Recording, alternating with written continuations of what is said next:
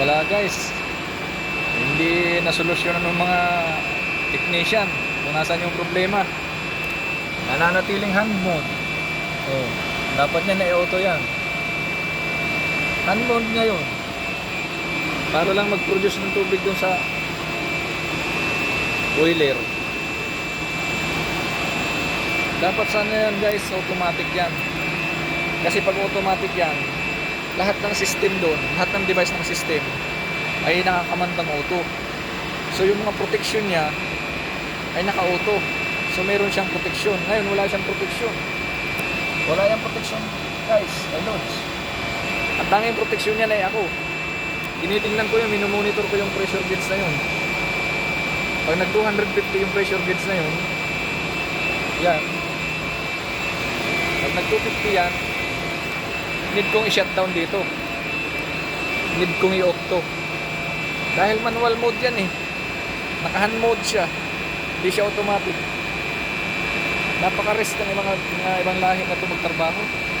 Sabi ko nga ayaw ko nang makita yan sa Sabado na ganyan. Dahil pa nakita ko sa Sabadong ganyan, shutdown ko yung tunay.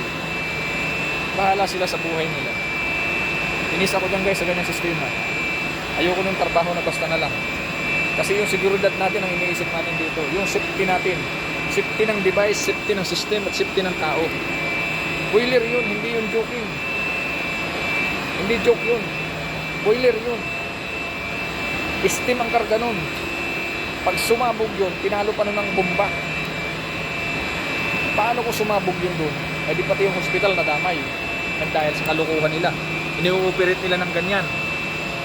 Pina-ooperate nila ng ganyan. Hand mode. Nasaan ang proteksyon yan? Di ba wala? Nakakadismaya itong mga ibang lahi na to eh. Basta lang may makita na nag-ooperate. Malaking kalukuhan yan. Kaya Sabado pag nakita ko pa yan, isa-shutdown ko talaga yan. Magpangabot kami sa opisina. Hindi maganda to eh. Gumawa sila ng report dyan sa loob ng grupo namin sa GC. Normal yan, ano na daw, operation. Anong normal eh? Paano naging normal yung operation yan? Ay, hindi nila alam ang trouble yan. Ay, alam ko nga ang trouble yan kung ano yan. Hindi nila naiintindihan yung trouble yan.